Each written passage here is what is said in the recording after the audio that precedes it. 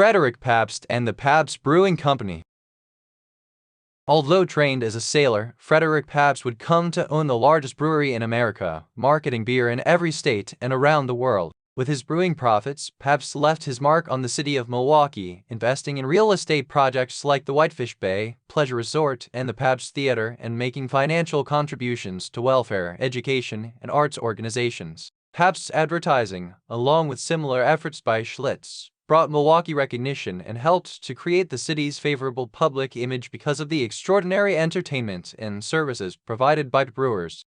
Frederick Pabst came to America from Germany with his family in 1848. Settling first in Milwaukee, the family soon moved to Chicago. As a young man, Pabst worked as a waiter before becoming a cabin boy for the Goodrich Line, a steamship company that operated on Lake Michigan. For 8 years Pabst sailed the lake and studied navigation, and by 1857 he had become captain of the Goodrich steamer Huron. As captain of the Huron, Pabst met the woman who would change his life, Maria Best, daughter of Milwaukee brewer Philip Best. They married in 1862.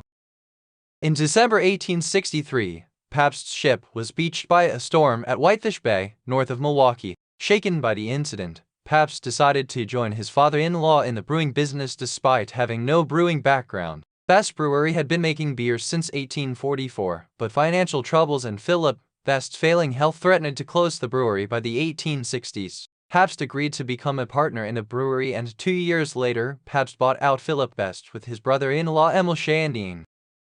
Pabst and Shandin began immediately to expand the market for Best outside Milwaukee, and by 1874 Best had become the largest brewery in the United States. Between 1879 and 1893 the company opened 40 offices around the country, 12 in Wisconsin alone. Best became Pabst Brewing Company in 1889. The famous Pabst Blue Ribbon beer came about through a combination of marketing and awards won at various fairs and expositions. Pabst's beer won gold medals at the Philadelphia Centennial Exposition in 1876 and the 1878 Paris World's Fair. In 1882, Pabst began tying blue ribbons around the neck of each bottle of its select beer to distinguish it from other brands. His continual effort to improve his beers was paralleled by a similar drive to improve the social and cultural life of the city of Milwaukee. One of his projects was a traveling library that made German books available to immigrants who had settled in the area. Captain Pabst died on January 1, 1904, leaving the brewery to his sons. Prohibition hit the brewery hard, but the Pabst brothers were determined to stay in business. Pabst produced near beer, malt extracts, syrups, and processed cheese until the amendment was repealed in 1933. Pabst emerged from prohibition bruised but still in business, and continued to grow and expand in the mid-20th century until it was bought out in 1985.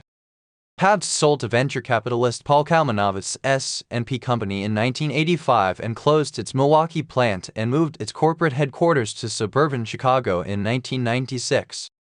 Pabst survives as a holding company and virtual brewer, contracting out its large portfolio of familiar national brands to large brewers like Miller Coors.